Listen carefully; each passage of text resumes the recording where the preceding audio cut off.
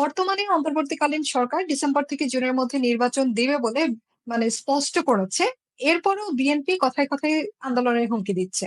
কখনো বলছে ২৪ ঘন্টায় সরকার নামাতে পারে, কখনো বলছে প্রস্রাব করে সবাইকে বঙ্গোপসাগরে ভাসিয়ে দিবে।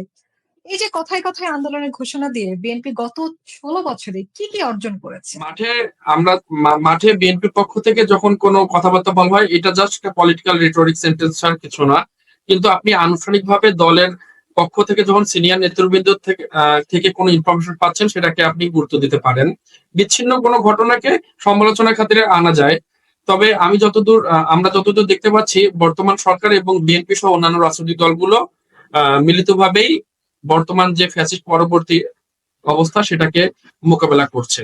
সুতরাং আমি মনে করি না যে সরকারের সঙ্গে অন্যান্য দলের আহ খুব বেশি একটা দূরত্ব সৃষ্টি হয়েছে। হ্যাঁ, এটা বহুদলীয় গণতন্ত্রে এটা একটা কালচার, মতামত ভিন্ন হবে, কিন্তু এটা একটা সৌন্দর্য। এভাবে আমাদের দেশ ভবিষ্যতে একটা গণতান্ত্রিক নির্বাচনের মাধ্যমে নতুন সরকারের মাধ্যমে দেশটা পরিচালিত হবে।